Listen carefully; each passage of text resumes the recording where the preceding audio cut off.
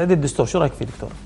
والله شوف، تعديل الدستور يعني انا مع تعديل الدستور طبعا، بس مو وقت الحال. مفاجأة. شلون؟ مفاجأة. تتفق مع علي الراشد يعني؟ لا، انا اختلف مع علي الراشد. انا اتفق في تعديل الدستور وان كان مو هذا الوقت المناسب، لكن ما اتفق مع علي الراشد في طرحه. يعني الماده 174 من الدستور اجازت او نصت على ان بعد 5 سنوات يجوز تعديل الدستور. الماده اللي بعدها 175 حطت ضوابط للتعديل ان كان هناك تعديل. الضابط الاول اللي هو مسند الاماره، يعني لا يتم المساس بهذا في مسند الاماره. الضابط الثاني اللي هو قضيه اعطاء مزيد من الحريات والمساواه. نعم. النائب الفاضل علي الراشد طرح ان نخلي النواب يشارك الوزراء عفوا يشاركوا. وانا يعني اعتقد هذا تتعارض مع الماده 175. لكن ان كان هناك فعلا يعني في نيه للتعديل مستقبلا، يجب ان نطرح قضايا نعتقد انه يعني من المهم طرحها في الوقت الحالي. يعني اول شغله اللي هي تعديل الماده 80 من الدستور. زين. الماده 80 من الدستور تنص على ان اعضاء مجلس الامه عددهم 50 ممثلين للشعب، واعتقد اليوم احنا يعني مجلس هذا من بدايه الحياه البرلمانيه في الكويت من 61، فكان عدد المقترعين او الناخبين انذاك 12,000 او 15,000. اليوم عندنا 400,000 ناخب. تبي عدد النواب يرتفع؟ عدد النواب يرتفع طبعا، فبالتالي يرتفع عدد الوزراء. في امر اللي هو قضيه اضافه بعض المواد للدستور.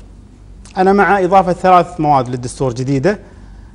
كما هو المعروف، النظام الديمقراطي عندنا في الكويت هو نظام ديمقراطي غير مباشر لصعوبة تطبيق النظام المباشر. طبعا النظام المباشر هو أن يتخذ الشعب أو يقوم الشعب في التصويت على كل قضية تطرح، لكن لصعوبة هذا لأنه ما هي عملية، استعيض عن النظام الديمقراطي المباشر بالنظام الديمقراطي غير المباشر، انتخاب مجموعة من النواب وبالتالي هم يمثلون رأي مجموع الناخبين. أنا يعني في بعض الدول المتقدمة اللي قاعد تطبق نظام الغير مباشر، نظام الديمقراطي غير المباشر، قاعد تدعم هذا النظام ببعض البنود من النظام المباشر. وأنا حقيقة عندي 3 نقاط ودي أتمنى يعني مستقبلا أنها تطرح في تعديل الدستور. أول نقطة اللي هي مبدأ أو إضافة مادة على موضوع الاستفتاء الشعبي. أي قضية، مثلا قضية نبيها 5 اللي أخذونا بالصيحة والبرتقالي وكذا، وشو هذه نتائجها؟ هي قلة ماسك الإعلام وصورت أن الشعب الكويتي كله يبي ال5، فبالتالي حقوق المرأة السياسية مثلا، حقوق المرأة السياسية تطرح هذه المواضيع إلى الاستفتاء العام. الاستفتاء العام. المادة الثانية هي موضوع الرفض الشعبي. إذا الحكومة اتخذت قرار معين والمجلس لم يعترض على هذا القرار، احنا اليوم ندعو إلى أن الشعب مصدر السلطات. الشعب مصدر السلطات وإشراك الشعب في القضايا السياسية.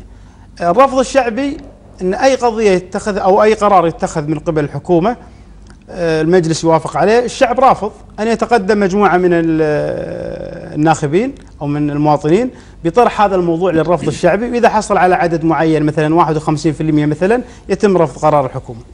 الأمر الأخير يعني وإن كان البعض يعارضني فيه، ولكن أنا أشوف أن في الكويت الكل محاسب من رئيس الوزراء إلى أصغر موظف في الدولة محاسبة آنية. يعني رئيس الوزراء ممكن باكر الصبح يقوم عضو يستجوبه يحاسبه، الوزراء كذلك. عندنا شخص واحد اللي هو ما يستجوب أو ما يحاسب إلا بعد 4 سنوات، هو النائب.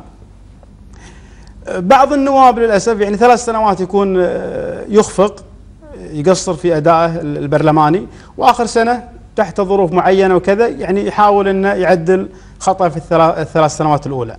فبالتالي ليش ما يوضع مادة دستورية لعزل العضو من البرلمان؟ من الشعب يعزل العضو. نعم، انه يتقدم مثلا طبعا مثال. انت تقصد الدائرة او على مستوى الدولة؟ على مستوى الدولة. نعم، يتقدم مجموعة من المواطنين. طبعا انا ما اتكلم عن اعداد بسيطة، انا اتكلم مثلا عن 10,000 مواطن مذيلة بتواقيعهم باسمائهم الى امانة مجلس الامة، وبالتالي يطرح الموضوع لاستفتاء عزل النائب. يروحون نفس يوم الاقتراع التصويت، انت مع عزل النائب او لست مع عزل النائب. انا اعتقد هذه ال3 امور هي اشراك الشعب، لأن الشعب هو مصدر السلطات، إشراك الشعب في العملية السياسية بشكل أفضل. الوقت آني الآن؟ لا طبعا، أنا الوقت لا، يعني الآن عدد الوزراء كم؟ 53، فما نقدر 35 مع 16 وزير كم صاروا؟ طيب إيه، فما عندنا مع الأحزاب ولا ضد الأحزاب؟ لا طبعا انا ضد الاحزاب. لسبب يعني. انا اول شيء لان هذا المنصب اللي هو قصدك هو الاحزاب، طرح موضوع الاحزاب هو مقدمه لتداول السلطه. الناس اليوم اللي قاعد تطرح الاحزاب تبي موضوع تداول السلطه، تبي رئاسه الوزراء ان تكون شعبيه. انا ضد هذا الموضوع. ليش؟ لعده اسباب. اول سبب ان رئاسه الوزراء هي او منصب تمهيدي للامير القادم، بالتالي احنا يعني مطالبين ان يكون امير الكويت في المستقبل ان يكون يعني يعرف في العمل السياسي. الامر الاخر الاسره الوحيده اللي الكل يتفق عليها التي تقف بنفس المسافه من جميع الفئات والطوائف والكتل هي اسره الصباح. احنا ما عندنا ضمانات ان اي شخص اخر يجي راح يقف بنفس المسافه. كذلك التيارات، انت لما تقول اشهار احزاب نتكلم عن الاحزاب هي انعكاس للتيارات موجوده الان. التيارات ما شجعت الشارع الكويتي على موضوع او على قبوله لشهر الاحزاب.